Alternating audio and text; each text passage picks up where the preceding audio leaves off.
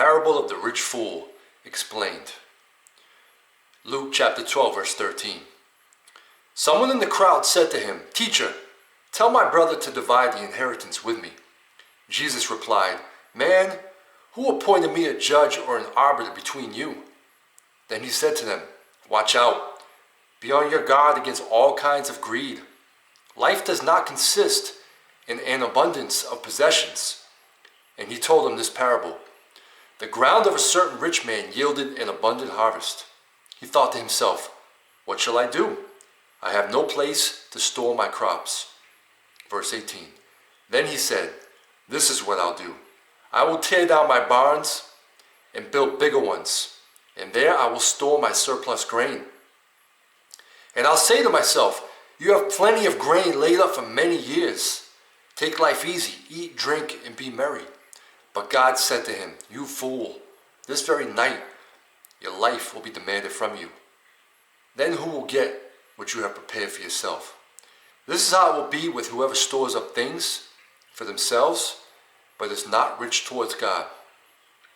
I find it funny that people, even if they don't believe, but if they can feel like they can get something out of someone just because they have some kind of an authority, like this guy, this rich guy here, who obviously yelled out to Jesus and says, "Teacher." And he thought in his mind that because of the authority he was teaching with and what he was talking about, that he had the power so that he could become rich, so that he can make a lot of money. He said, "Teacher, tell my brother to divide the inheritance with me." And this, I think it's a personification of the society that we live in. Even 2,000 years ago, nothing's changed with human beings. Nothing's changed with society. If people have the ability where they can get access to money through some kind of mechanism, even if it is immoral in some ways, and this guy was telling Jesus to divide the inheritance with my brother because he felt like Jesus had the power to do it. But Jesus, in typical strength, replied back, "Man, who appointed me a judge or an arbiter between you?" And the other thing is, people have this persona of Jesus that he's weak, that can be easily pushed around. Jesus replied like a tough guy, "Man, who am I to do this for you?" And he warned them. He says in verse 15, using this guy's greed and this guy's nonsense that he tried to get Jesus to do this for him, he used it as a lesson, as Jesus always does, to teach all of us. He says, "Watch out, be on your guard against all kinds of greed. Life does not consist in an abundance of possessions." Like your job, your house, the amount of vehicles that you have, the amount of money you have in your bank account, how much you're getting paid each and every day.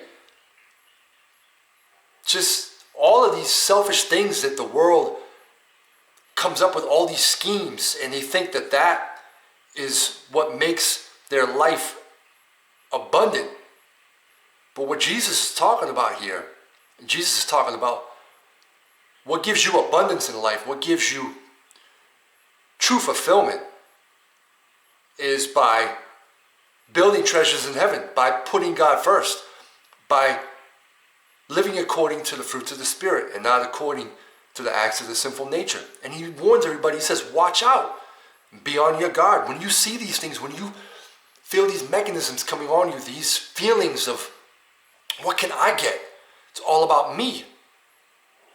To watch out and use that as warning signs to keep yourself from going down that deep, dark path.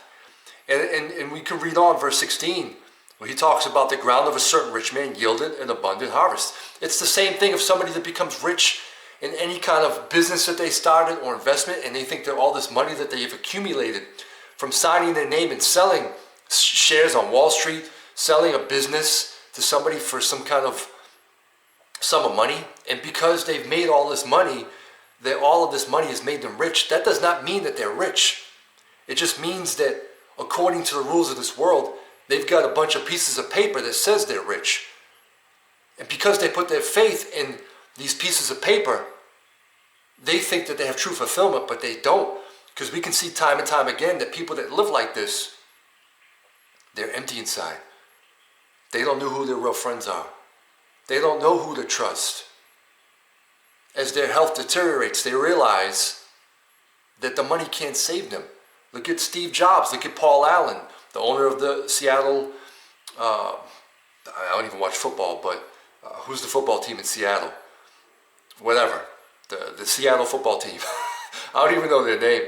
But I know that because I follow business, I know he owned that football team.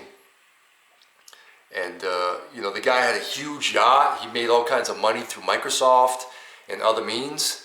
And he had so much money, but he couldn't save himself from death. Steve Jobs created, Apple, the MacBook, iPhone, iPods, everything. But, all of these inventions, they couldn't save him. And you could just look back to verse 20, when people think that they have plenty of things laid up for many years. They can take life easy, eat, drink, and be merry. Get prostitutes, travel the world, do whatever you want. Think about only yourself. Think about your investments, what you can get. Not, as Elon Musk said the other day, trying to look good, but really doing evil.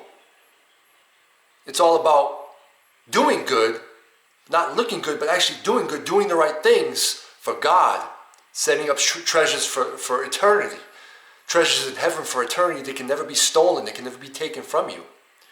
And these are the things that build true fulfillment. These are the things that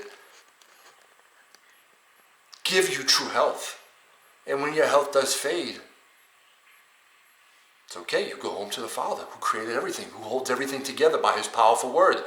It's sharper than any double-edged sword. It holds all of us together, whether seen or unseen. It's bigger. He's bigger than any principality, anything that there is, anywhere in existence, anywhere in civilization in the universe, seen or unseen. In verse 20 it says, "You fool, this very night your life will be demanded from you. Then who will get what you have prepared for yourself?" And all these people that put their hope in money, put their hope in possessions, put their hope in some corporation, some job, thinking that they're going to be okay, or putting their hope in a wife, or you as a woman put your hope in a husband. You've got to put your hope in God. All of that is secondary. Your relationship with God comes first. And when you put God first, when you do the right things with God, then all of these things come together. Your family comes together. Making money comes together. That's where you find true fulfillment. And it says in verse 21, "This is how it will be with whoever stores up things for themselves, but is not rich towards God. You will become a fool to God. You will live a foolish life," just like the parable of the rich fool. This guy, and we don't know what happened to him. Hopefully he repented, turned to God, was baptized, and was saved. And that was a decision that hopefully he made. And we don't know this. But he had the opportunity to talk to God in the flesh, and out of everything that he could possibly ask God in the flesh, the creator of the universe, he asked him to divide money between his brother so that he can have money and he can have an abundance of possessions. Whatever the amount of money was at that time, I'm sure it was a lot of money. I have no idea. But the point is, Jesus used this as a teaching situation. He used it as a warning to warn us, to warn all of us, that be on your guard against all kinds of greed. And I encourage you to be on your guard against all kinds of greed. Watch out. Life does not consist in an abundance of your possessions. Life does not consist of watching sports. Life does not consist of how much is in your 401k. Life does not consist of how big your house is, how many cars you have, how much you sold your business for. If you have all those things, then God bless you. That's great. We should be doing amazing things. We should be creating amazing products. We should be helping people. We should be living each day and working as if we're working for God, not for somebody else, giving our best effort. And if somebody's not treating you right, leave that place and go somewhere else where somebody's going to treat you better. We should be doing all these things, looking out for ourselves. But first and foremost, our life does not come from these possessions that we get from all these different mechanisms and vehicles that we created and that we use as a vehicle to get through life, to make it to heaven. So I encourage you, when you see and feel these things, to take a step back and ask God to show you a different way.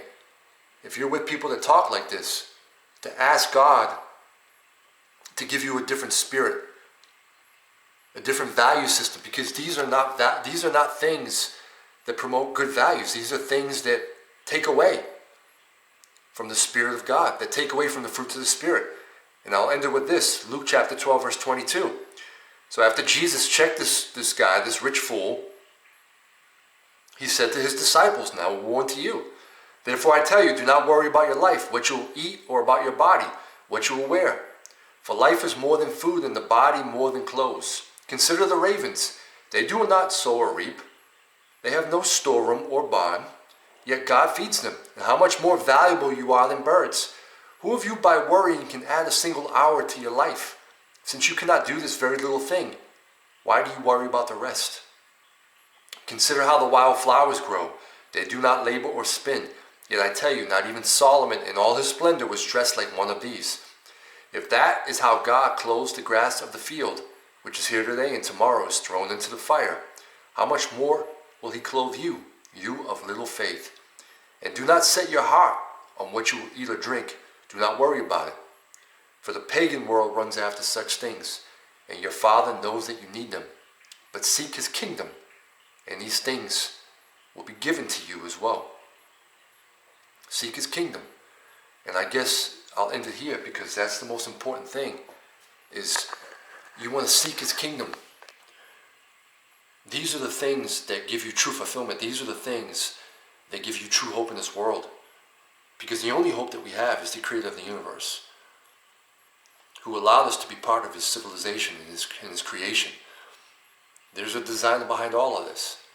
And everything is held firmly by his word, by his powerful word. Even the people that disbelieve, they're held together by the word of God. And the word of God was used to create everything, seen and unseen. So I encourage you, have a good value system. Don't worry about how much money you're going to make. Focus on pleasing God. Focus on doing the right things with God, and God will give you everything that you need.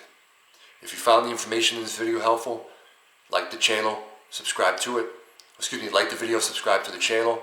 If you want to support what I'm doing here, if you want to support this channel, there's a link down below, bereanman.locals.com.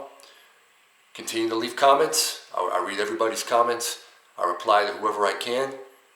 I appreciate you watching this video. I'll catch you in the next one. I'm out.